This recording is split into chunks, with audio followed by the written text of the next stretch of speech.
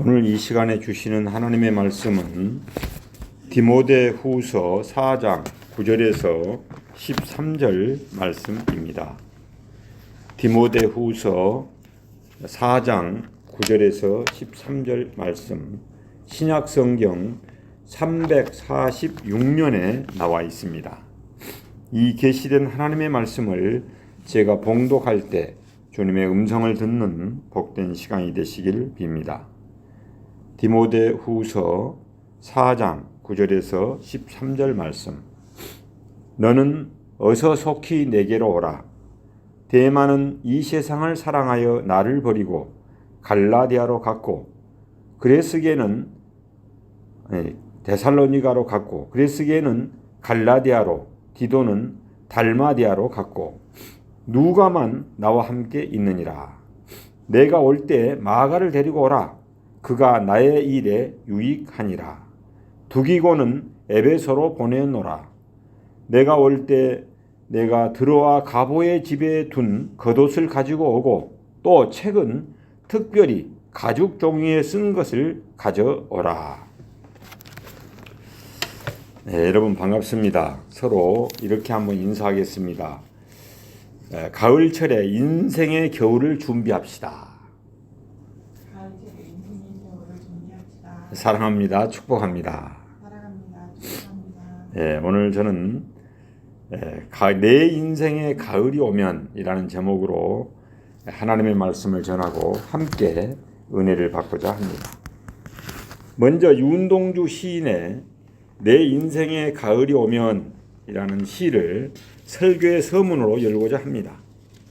내 인생의 가을이 오면은 나는 나에게 물어볼 이야기들이 있습니다. 내 인생의 가을이 오면 나는 나에게 사람들을 사랑했느냐고 물을 것입니다. 그때 가벼운 마음으로 말할 수 있도록 나는 지금 많은 사람들을 사랑하겠습니다. 내 인생의 가을이 오면 나는 나에게 열심히 살았느냐고 물을 것입니다. 그때 자신 있게 말할 수 있도록 나는 지금 맞이하고 있는 하루하루를 최선을 다하며 살겠습니다. 내 인생의 가을이 오면 나는 나에게 사람들에게 상처를 준 일이 없었느냐고 물을 것입니다. 그때 자신 있게 말할 수 있도록 사람들을 상처 주는 말과 행동을 하지 말아야 하겠습니다. 내 인생의 가을이 오면 나는 나에게 삶이 아름다웠느냐고 물을 것입니다. 그때 기쁘게 대답할 수 있도록 내 삶의 날들을 기쁨으로 아름답게 가꾸어 가야겠습니다. 내 인생의 가을이 오면 나는 나에게 어떤 열매를 얼마만큼 맺었느냐고 물을 것입니다. 그때 자랑스럽게 말할 수 있도록 내 마음의 밭에 좋은 생각의 씨앗을 뿌려놓아 좋은 말과 좋은 행동의 열매를 부지런히 키워야 하겠습니다. 하나님께서 사랑하는 여러분, 인생의 가을이 오기 전에 추운 겨울을 준비하시기를 바랍니다. 자신의 최후의 죽음을 예견한 사도 바울은 인생의 겨울을 준비하고 있습니다. 오늘 본문에서 믿음의 아들 디모데에게 속히 올 것을 당부하며 주변 사정에 대해서 구체적으로 언급하고 있습니다. 지금 사도 바울 선생은 로마 감옥에 두 번째 갇힌 신세가 되었습니다. 한평생 복음을 전하며 교회를 개척하고 제자 양육에 힘을 쏟았던 노 사도 바울은 이제 자신의 죽음을 예견하고 믿음의 아들 디모데에게 편지를 쓴 내용입니다. 6절 7절 말씀을 제가 다시 한번 봉독하도록 하겠습니다. 전제와 같이 내가 벌써 부어지고 나의 떠날 시각이 가까웠도다. 나는 선한 싸움을 싸우고 나의 달려갈 길을 마치고 믿음을 지켰으니. 여기에서 전제란 제사를 드리는 4대의 방법 가운데 하나입니다. 그 제사 드리는 4대 방법은 화제, 거제, 요제, 전제가 있는데 이 전제는 제물 위에 하나님에 대한 감사와 헌신의 애물로 바쳐진 포도주나 기름이나 피 등을 부어서 드리는 제사 방법을 말하고 있습니다. 이 고백은 바울 사도의 개인적인 감정이 물씬 배어 있는 간증이라고 할 수 있습니다. 우리 모두도 이 사도 바울처럼 나는 선한 싸움을 싸우고 나의 달려갈 길을 마치고 믿음을 지켰노라고 간증하고 고백할 수 있어야 하겠습니다. 바울 사도는 지금 차가운 감옥 속에서 인생의 가을이 오기 전에 다가오는 추운 겨울을 준비하고 있습니다. 그의 인생, 그의 영혼을 준비하고 있는 것입니다. 첫 번째로 하나님께로 돌아와야 한다고 말하고 있습니다. 9절에 보면은 너는 어서 속히 내게로 오라. 11절에 보면은 너는 겨울 전에 어서 오라 라고 말씀하고 있습니다. 이를 통해서 어서 오라는 이 말은 오는 것을 서둘러라는 것입니다. 사도 바울은 디모데에게 빨리 내게로 오라라고 반복해서 말하고 있는데 무엇 때문이겠습니까? 자신의 삶이 마감될 날이 가까움을 알고 있는 바울 사도는 사랑하는 믿음의 아들 디모데를 속히 곁에 두고 싶어 했습니다.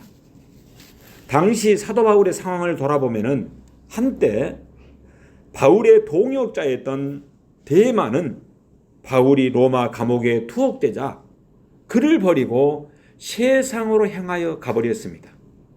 세상적인 가치를 쫓아서 자기의 믿음을 저버렸다는 말입니다. 동역자가 떠나가 버렸으니 얼마나 마음이 상심되었을까요? 의사 누가만 바울 곁에 있었습니다. 지난 5월 달에 우리 광양시찰 목사님들과 함께 터키, 그리스, 로마 성지 순례를 통해서 이 바울의 감옥을 살펴보니까 바울 사도가 쇠사슬에 매여 갇혀있는 이 로마의 지하 감옥은 천장에 환기구가 하나만 있을 뿐 축축한 톡을 그른 감옥이었습니다. 이곳에서 복음을 위하여, 하나님의 나라를 위하여, 영혼 구원을 위하여 톡을 감옥에서 옥고를 치러야 했던 작은 예수 사도 바울을 묵상하며 기도하였습니다. 10절에 보면은 바울 사도는 말하기를 대마는 그레스게와 디도와는 달리 이 세상을 사랑하여 나를 버리고 데살로니가로 갔다라고 말함으로써 데마와의 이별이 사도 바울에게는 커다란 충격이었음을 나타내고 있습니다. 온 인류의 구원주 되시는 우리 예수님께서는 수고하고 무거운 짐진 자들아 다 내게로 오라. 내가 너희를 쉬게 하리라고 우리를 부르시고 계십니다. 어떤 어려움과 고난이 와도 주님을 위해서라면, 하나님의 나라를 이루기 위해서라면, 예수님께서 피로 세우신 주님의 몸된 교회를 위해서라면 끝까지 자기의 자리를 지키고 충성을 다할 사람을 하나님께서는 찾고 계십니다. 우리 모두 누가와 디모데처럼 자기 자리를 지키고 하나님의 나라와 교회를 위해서 충성을 다함으로 그 이름이 하나님의 생명록책에 길이길이 빛나는 성도님들이 되시기를 주님의 이름으로 축원합니다.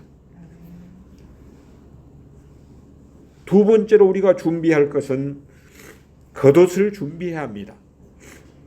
13절 말씀에 보면은 내가 올 때 내가 들어와 가보의 집에 둔 겉옷을 가지고 오고 라고 말씀하고 있습니다. 여러분, 이 겉옷은 전신을 감싸는 외투를 가리키고 있습니다. 낮에는 몸을 감싸서 두르고 밤이 되면은 이불을 대신해서 덮고 자는 용도로 사용했던 것입니다. 로마 감옥에서 곧 맞을 추운 겨울을 대비하기 위함인 것입니다. 21절에서 바울 사도가 겨울 전에 너는 어서 오라, 겨울 전에 너는 어서 오라라고 언급하는 것으로 보아서 음침하고 축축한 로마의 토굴 감옥에서 겨울을 나기 위해서는 이러한 겉옷이 반드시 필요했던 것 같습니다. 우리 모두에게도 이 백운산의 찬바람이 몰아치는 엄동설 아닌 차가운 겨울을 우리는 준비해야 되겠습니다. 계절적인 겨울뿐만 아니라 영적인 겨울이 또한 다가오고 있습니다. 라오디게아 교회와 같은 현대 교회에 물질의 거센 바람, 세속의 유혹의 바람이 몰아치고 있습니다. 바로 이러한 위기 때 나를 지켜주고 나를 추위에서 보호해 줄 겉옷이 필요합니다. 예비된 하나님의 사람이 필요합니다. 하나님께서 사랑하는 여러분, 영적인 겨울이 닥쳐올 때 우리에게 필요한 겉옷은 무엇입니까? 좌로나 우로나 치우치지 않는 누가와 디모데와 같은 하나님의 사람입니다. 한 번 예수 그리스도의 피로 언약을 맺은 사람은 영원히 변치 않을 디모데와 같은 사람, 누가와 같은 하나님의 사람입니다. 의와 평강과 희락의 나라를 이루어가기 위해서 사랑의 주님께 사명자, 충성된 자, 예비된 영혼을 보내주시고 붙여달라고 우리 모두 기도합시다. 세 번째, 말씀이 육신이 되신 예수님과 늘 동행하며 함께 살아야 합니다. 22절 말씀을 제가 봉독하도록 하겠습니다. 나는 주께서 내 심령에 함께 계시기를 바라노니 은혜가 너희와 함께 있을지어다. 바울 사도는 사랑하는 아들 디모데에게 주께서 심령에 늘 함께 계시기를 바라고 소망했습니다.